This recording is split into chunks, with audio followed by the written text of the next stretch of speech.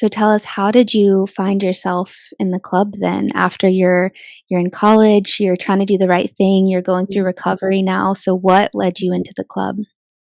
So the devil was always just right there waiting for a vulnerable, weak moment. And he did. And I'm in the library one night. It's like maybe 10 p.m., I think, working on a report. Mhm. And this girl sits down next to me and she's high on opiates. I can tell. Everybody's looking at her because she's nodding off. You kind of like nod off when you're high. And I know. And I was like, I'm thinking, what is going on right now? I'm over here like trying to do better and like the temptation right there, right next to me. Because I Mm, know if she's high, she has connections, obviously. And I'm yeah. like thinking, what is going on? This was so weird. Am I in the Twilight Zone?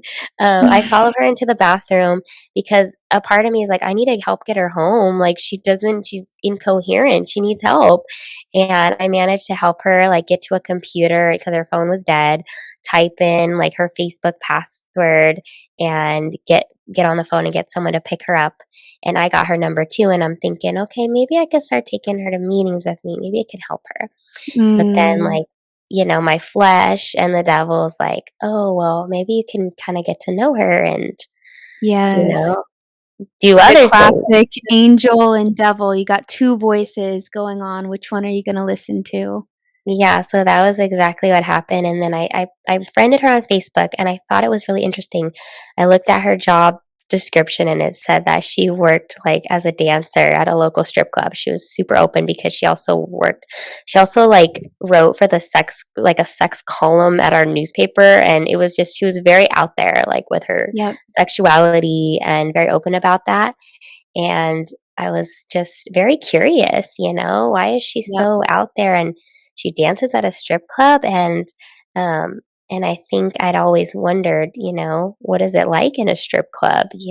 How much money can you yep. actually make? And Yeah, so you we, said something on another interview about that. You're like, "I think every girl kinda has that question." yeah, Um, it's just whether or not, like, some of us are a little more fearless, and curiosity really can kill the cat sometimes. So this curiosity kept, gnawing at you, and then what happened next? yeah.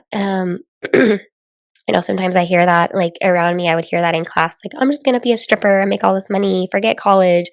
And it's like, Mhm. okay, but I Yeah. really did that and it wasn't as glamorous as you think. But anyways, Yep. I just Exactly.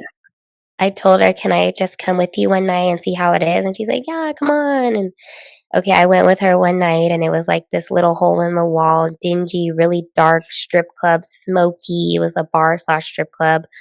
Um, it just was not glamorous. But Yeah. I went in and the girls are like, "Oh, who are you?" And like I'm like wanting them to accept me, and I think I give them like a fake name because I was told to do that. Like, don't give them your real name. Yeah. And I don't know, they just asked if I wanted to try out, and I just said yes. And I don't know why I said yes. I was just like, yes. So I'm like, I don't have any shoes. I borrow my friend's shoes and I just wore whatever I was wearing underneath. And I had no idea what I was doing. I just knew you get on, I would watch other girls, you just get on stage and, dance and Yeah. they would just take off their clothes and that's all you have to really do. So I did Yeah. that and I remember being on stage and just the light was blinding me. And there was only like maybe a few customers, but I was so ashamed. I think I didn't have, well, I probably had drugs in my system, but I wasn't high that very moment. And so Yeah. it was, um, I couldn't even look them in the eye. I had to just look over their heads because I was just ashamed and thinking, "What am I doing?" I had to Yeah. disassociate so much. I like told myself I'm just this like I had this like alter ego. I'm just this other Mhm. person, um, and it was like I was acting in a movie, and I was like in a fantasy land, like Yeah. out of my real life and into this fake life, and I just put on like a front and then pretended like I was having a good time, but inside I'm like my soul is like, "What are you doing? Like, this isn't Yeah. you. This doesn't feel right." But Yep. after that night, I got my first taste of cash, a wad of cash in my hand. I don't know if it was just $300 or something, but I had never had that much in my hand at one time.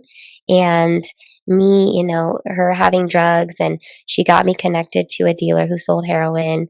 I think she had her drop off the drugs that night or something similar. So I have all this money in my hand.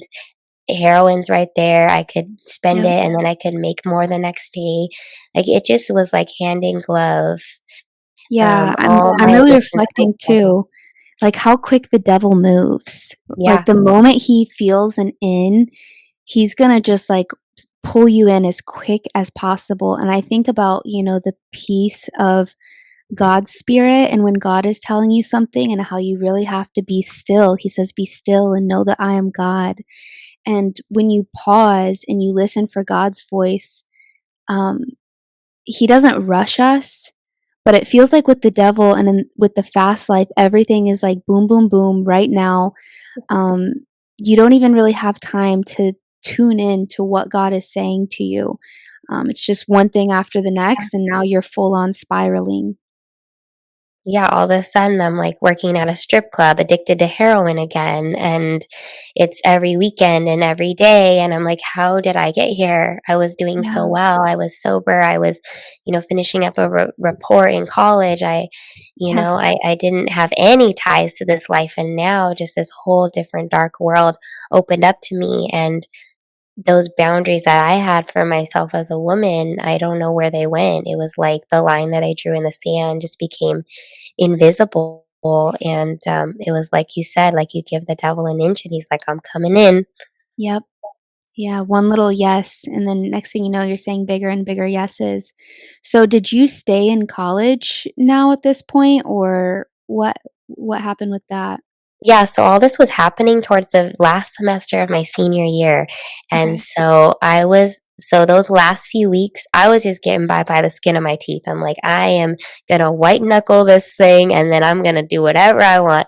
So I graduated. And I got my bachelor's degree in criminal justice pre-law. Okay. And so that was good. But then I would Yes. tell myself, okay, well, I have my degree, so no one can tell me what to do.